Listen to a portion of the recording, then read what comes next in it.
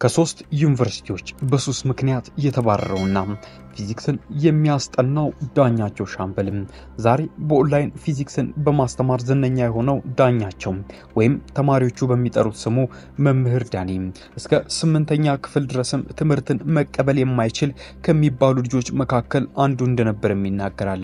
ሁሌም በትምህርታቸው የተሻሉ ተማሪዎችን ሲያገኝ እንዴት እንደሚያጠኑ ይጠይቅ እንደነበር ያስታውሳል። በአንድ ወቅት ከክፍላቸው አንደኛ የሚወጣውን ጓደኛውን እንዴት ጎበዝ መሆን እንደሚቻል ሲጠይቀው ያሳዘይት ጠጥቶ እንደሆነ ይነግረዋል። ሞከረው ዳኒም ነገር ግን ለውጥ የለውም። ሌላኛው ጓደኛው ደግሞ ጧጧት ሜዲቴት ስለማደርግ ነው አለው። ትምህርት የሚገባኝ አለው። እርሱም ሞከረው አልተሳካም። አንድ በጣም የምወደው ጓደኛም ነበርኝ። እርሱ ደግሞ ቴኳንዶ ስለምሰራ ነው አለኝ። እርሱንም ሞከርኩ፣ ግራጄን ተሰብሬ መጣሁ። ጎበዝ ለመሆን ብዙ ሞክሬ ነበር፣ ነገር ግን አልተሳካልኝም ይላል። የመጀመሪያና መለስተኛ ደረጃ ትምህርቱንም ሲያስታውስም ዳኛቸው ከባለንጆሮቹ እኩል ቀለም እንዲዘልቀው እንደተመኘ 8ኛ ክፍልም ደረሰም። አባቱ በጥበቃ ሰራተኝነት በሚሰሩበት የግል ትምህርት ቤት ውስጥም በነፃ የሚማረው ዳኛቸው 8ኛ ክፍልን ከጓደኞቹ ኮርጆ 96% ማምጣቱንም ያስታውሳል። አባቱ በልጃቸው ውጤት ፈነጠዙ። በጓደኞቹ መካከል ሰው በተሰበሰበበት አቅፈው እያሽከረከሩ በርሱ መኩራታቸውን በውጤቱ መደሰታቸውን ነገሩት። ዳኛቸው ውጤቱን እንዴት እንዳመጣው ስለሚያውቅ ደነገጠ። አባቱ በከፍተኛ ውጤት ማምጣቱን ሰምተው አቅፈው ሲያሽከረክሩት እስከዚያ ድረስ አባቴን የሚያስደስተው የኔ መማር ነው ብዬ አስቤ አላውቅም ነበር ይላል። አባቱ የጥበቃ ስራቸውን ሲሰሩ በትምህርት ቤት ውስጥም የተለያዩ ስራዎችን በመስራት ያግዛቸው እንደነበር የሚናገረው ዳኛቸው ፈገግ ይላል እንጂ አባቴ እንደዚያ ደስ ሲለው አይቻለውቅም ይላል። አባቱ ተማሪዎች መካከል አይናቸው በእንባ ተሞልቶ አቅፈው ሲያሽከረክሩትም አባቱን ስለማስደሰት ብቸኛው የፍጥነት መንገድ ትምህርት መሆኑ ገባው። የዓመቱ ትምህርት ተከፍቶ 9ኛ ክፍል እስኪገባም ድረስ በድሬዳዋ ከተማ የሚገኘው ቤተ መጻሕፍት ጧት እየሄደ ማንበብና ማጥናትም ጀመረ። ሂሳብ ነው መጀመሪያ ማጥናት የጀመርኩት የሚለው ዳኛቸው የተለያዩ የሂሳብ ስሌቶችን እንደ አዲስ መቀመርም ያዘ። በወዳጆቹ እጅ ሲሽሞኑሙኑ ያያቸው ቁጥሮችም ታዘዙት። አይኑ ላይ ብዥታና ግርታ ይፈጥሩ የነበሩ ስሌቶች ያለ ችግር ይቀመራቸውም ገባ። የክረምት ወራት አልቆ 9ኛ ክፍል ሲገባ ሂሳብ ቀሎኝ ስለነበረ ጥሩ ውጤት ማምጣት ሲጀምር ትምህርት ይገባኛል እንዴ እስክል ድረስ ጥሩ ውጤት ማምጣት ጀመርኩኝ ይላል። ዳኛቸው ለመጀመሪያ ጊዜ 9ኛ ክፍል የመጀመሪያ መንፈቅ ዓመት 3ኛ በመውጣት ማጠናቀቅም 9ኛ ክፍል ስገባ ነቃው የሚለው ዳኛቸው ከዚህ በኋላ ትምህርት ላይ ጠንክሮ መቀጠል አንዱ የህይወቴ አካልም ሆነ ይላል። ዳኛቸው ሻምበል ውልደትና እድገቱም በድሬዳዋ ሲሆን እስከ 12ኛ ክፍል ድረስ ትምህርቱን ያጠናቀቀው ብስራተ ገብርኤል ትምህርት ቤትም ነው። በ2007 ዓ.ም የ12ኛ ክፍል መልቀቂያ ፈተና 515 በማምጣት አዲስ አበባ ዩኒቨርሲቲን ተቀላቀለ። በአዲስ አበባ ዩኒቨርሲቲ የኬሚካል ምህንድስና ትምህርት ክፍልም 1 ዓመት ከ6 ወር ቢማርም በ3 ጠምዶ ትምህርቱን ማጠናቀቅ ሳይችልም ቀረ።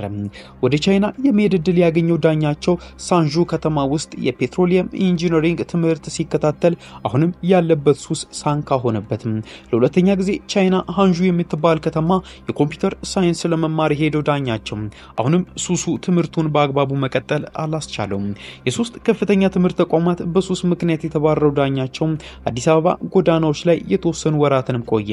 ድሬዳዋ ያለው ከትምህርት ቤት ወደ ቤት ከቤት ትምህርት ቤት የምን ልጅ ነበርኩኝ የሚለው ዳኛቸው ከቤተሰብ ተለይቶ ወደ አዲስ አበባ ሲመጣ ግን ሁሉም ነገር መሞከር ያምረኝ ነበር ይላልም ሲያስታውስም። ከዚያ ሲጋራ፣ ጫት እየቆየ ደግሞ የተለያዩ አደንዛዥ እጾችንና መጠጥን መጠቀም ጀመረ። ቻይና የትምህርት ዕድል አግኝቶ በሄደበት ወቅትም ከሱስ ወጥቶ ትምህርቱ ላይ የማተኮር የራሱ ቃል ቢገባም ከራሱ ጋር ስለተጣበቀ አልቻልኩም ይላል። ቻይና ዩኒቨርሲቲዎች ውስጥ ሳለ በዙሪያ ያለ ገደብ እና ከልካይ ሲጃራ የሚያጨሱ ሰዎችን ሲመለከትም 3 ቀን በላይ ከሱስ ተነጥሎ መቆየት አልሆነለትም። በቻይና ቆይታው በነበረበት ሱስ ምክንያትም በፖሊስ ቁጥጥር ስር ውሎ ለ10 ቀናት ከታሰርኩ በኋላም ወደ ኢትዮጵያ ተመለስኩኝ ይላል። ዳኛቸው ቤተሰቦቹ ከቻይና መመለሱን እንዲያውቁ አልፈለገም። ስለዚህ ሰፊዋ አዲስ አበባን አንድ ጎዳና ጥግ ላይ ተሸሽጎ መቅረት መረጠ። በሱስና ተስፋ መቁረጥ ወደ ጎዳና ህይወት መግባቱን የሚናገረው መምህር ዳኛቸው ከአዲስ አበባ ጎዳናዎች በቀጥታ ያመራው ወደ ቢሾፍቱም ነበር። ወደ ቢሾፍቱ ለምን እንደሄደ ሲጠየቅም ቢሾፍቱን የማውቃት ድሮ ነው፣ አዲስ አበባ ዩኒቨርሲቲ ያለው የኬሚካል ምህንድስና ትምህርት ክፍል ስማር አንድ ትልቅ ፕሮጀክት ለመስራት ወደዚያ ሄጄ ነበር ይላል። ቢሾፍቱ በሱስ ዓለም ሲቧችርም ህይወት የበለጠ እየከበደ መጣ ይላል። በልቶ ማደር ችግር ሆነ። ከሱስ አልፎ ሆድን ማስታገስ ጥምን ማርካትም አልቻልኩም። ስለዚህ ጥሏት ወመጣውን አዲስ አበባ ናፈቀችው። ማንም ሰው የማያውቀኝ ቢሾፍቱ ከመሞት ትንሽ ሰው የሚያውቀኝ አዲስ አበባ ሄጄ በሞት አስክሬኔን ለቤተሰቤ ለመላክ እንኳን ቀለል ይላል ብዬ ነው ይላል። ምክንያቱንም ሲያስረዳም መናሪያ የነበሩ ጓደኞቹ 35 ብር ሰብስበው ሰጡትም። እናም በርሷ ወደ አዲስ አበባ ጉዞ ተጀመረ። ታዲያ ከዚህ በኋላ የህይወት አቅጣጫው ለውጥ ጅማሬ ከቢሾፍቱ አዲስ አበባ እየመጣ ሳለ መኪናው ቆሞ ለፍተሻ ሲወርዱ ዳኛቸው ሱሱን ማስታገሻ ለመፈለግ ዞር አለ። የሲጋራ ቁራጭ አግኝቶ አጭሶ ሲመለስ መኪናው ውስጥ ያሉ ተሳፋሪዎች ገብተው የሱ ቦታ ላይ ተቀምጠው ጠበቁት። ክፍት ወንበር የነበረው የአንዲት ሴት ጎን ነበር። አጠገቧ ለአጠገብ ተቀምጠው ሲያወሩ ታሪኩን ሲያካፍላት አዘነችለት። እንደምትረዳው ቃል ገባችልኝ ይላል ዳኛቸው ሲያስታውስ። በወቅቱ መስተንግዶ እየሰራች በሪፍት ቫሊ ዩኒቨርሲቲ ነርሲንግ ትማር የነበረችው ይቺ ሴትም ለዳኛቸው ህይወት መለወጥ ምክንያትም ሆነች። እርሷ በቢሾፍቱ ትንሽ ቤት ተከራይታ የምትኖር ቢሆንም የዳኛቸው ያላትን ለማካፈል የሚተኛበትን አነስተኛ ፍራሽ ለመዘርጋት አላመነታችም። ይቺ ሴት ያሁኑ ባለቤቱ እንደሆነች የሚናገረው ዳኛቸው በእርሷ ድጋፍና እርዳታ የጎዳና ህይወት አበቃ። እርሷ ጋር ተጠግቶ ሲኖር ቀስ በቀስ ከሱስ እየራቀ መጣ። መጽሐፍትን ማንበብ ጀመርኩኝ። ወደ እግዚአብሔርም ተጠጋው። መጽሐፍ ቅዱስ ማንበብ ጀመርኩኝ። ከዚያ በኋላ ሱስ እርግፍ አድርጌ መተውንም ያስረዳል። ህይወት መልክ እየያዘ የመጣው ዳኛቸው ተማሪዎች የከበዳቸውን የሂሳብና የፊዚክስ ትምህርት ሰብሰብ አድርጎ ማስተማር ጀመረ። በኮሮና ወቅት የቤተክርስቲያን ውስጥም አንድ ክፍል ተሰጥቶት አስተምራቸው የነበረው የ8ኛ ክፍል ተማሪዎች ነበሩ የሚለው ዳኛቸው ከኮሮና በኋላ በአንድ ወር ውስጥም ተዘጋጅተው ለ8ኛ ክፍል ማጠቃላይ ፈተና እንዲቀመጡ ሲነገራቸው ትምህርት ቤቱ የፊዚክስ መምህር ለቆበት ስለነበርም አንድ ተማሪ የእርሱን ስም አንስቶ ለርዕሰ መምህሩ ነገራቸው። መምህሩ እስክንቀጥርም ድረስ ክፍሉን ያዝልኝ ብለው አስገቡትም ይላል አጋጣሚውን ሲያስታውስ። እንዲያስተምራቸው ሳይሆን እንዳይረብሹ እንዲቆጣጠር ክፍል ውስጥ የተመደበው ዳኛቸው ግን ከተማሪዎቹ ጋር በሂሳብና በፊዚክስ ጫውታም ጀመረ። ተማሪዎቹም ወደዱት። የትምህርት ቤቱ ርዕሰ መምህርም አስተያየት ሲሰበስቡ ጥሩ ነገር ስለሰሙ ቀጠሩት።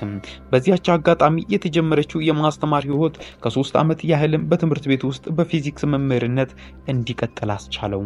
የማጠናከሪያ ትምህርት መስጫ እስከ መክፈት የደረሰው የዳኛቸው ህይወትም ዳኛቸው አስጠግታው ከምትኖረው ሴት ጋርም ትዳር መስርቶ መኖር ጀመረ። ሁለቱ ጥንዶች ኑሯቸውን ለማሸነፍ እቁብ እየጣሉ የቤት ዕቃዎቻቸውን ለማሟላት ይጥራሉ። ዳኛቸውና ባለቤቱ ይጥሉት የነበረው 9000 ብር እቁብ ሲደርሳቸው ቁምሳጥን ለመግዛት ቢያስቡም የማጠናከሪያ ትምህርት ቤት ለመክፈት ወስነው ቤት ተከራዩ። ከ3 ዓመታት በመምህርነት ተቀጥሮ የሚሰራበትን ትምህርት ቤት ለቆም በቢሾፍቱ ከተማ ስኩል ኦፍ ማይሲድ የሚባል የማጠናከሪያ ትምህርት መስጫ ተቋምም ከፈተ። የማጠናከሪያ ትምህርት ተቋሙ በ16 ተማሪዎች ነበር እየጀመረው። ከ16ቱ ደግሞ የሚከፍሉት 6ቱ ብቻም ሲሆኑ 10ሩ ተማሪዎች ደግሞ በነፃ ማስተማር ጀመረ። ዋናው የኛ ዓላማ ማገልገል ነበር የሚለው ዳኛቸው በ3 ወር ውስጥም ተማሪዎቹ ቁጥር ወደ 800 ማደጉን ይናገራል።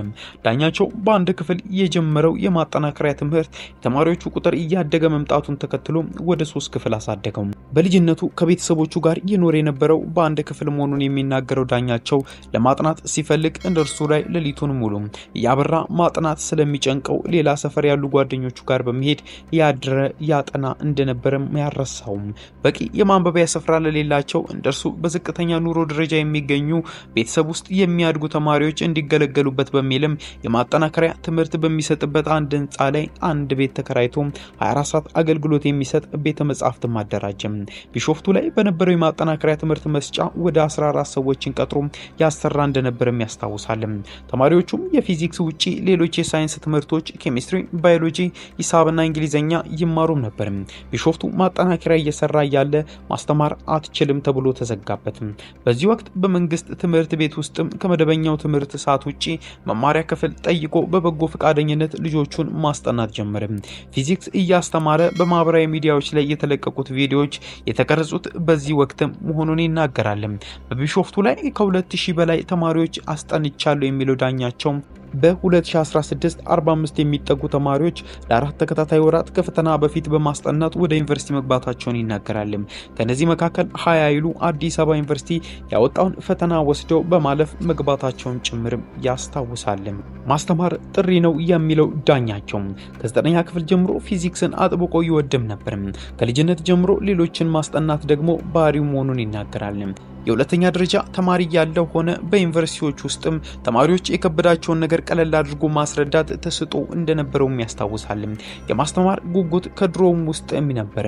ነገር ግን አስተማሪ ሆናለሁ የሚል እምነት በፍጹም አልነበረኝም፣ እቅዱም አልነበረኝም ይላል። አባቱ ግን ያለውን ሰዎችን የማስረዳት ትጋትና ተስጦ ተመልክተው መምህር ብትሆን ብዙዎች ከስር ይማሩ ነበር ይሉትም ነበር። ዳኛቸው የሚያስተምራቸው ልጆች ውጤትን ሲመለከት ያገኘው ተቀባይነትን ሲመዘን እስከ መጨረሻ ህይወቱ ፍጻሜም ድረስም ያስተማረ መቀጠል እንደሚፈልግ ይናገራል።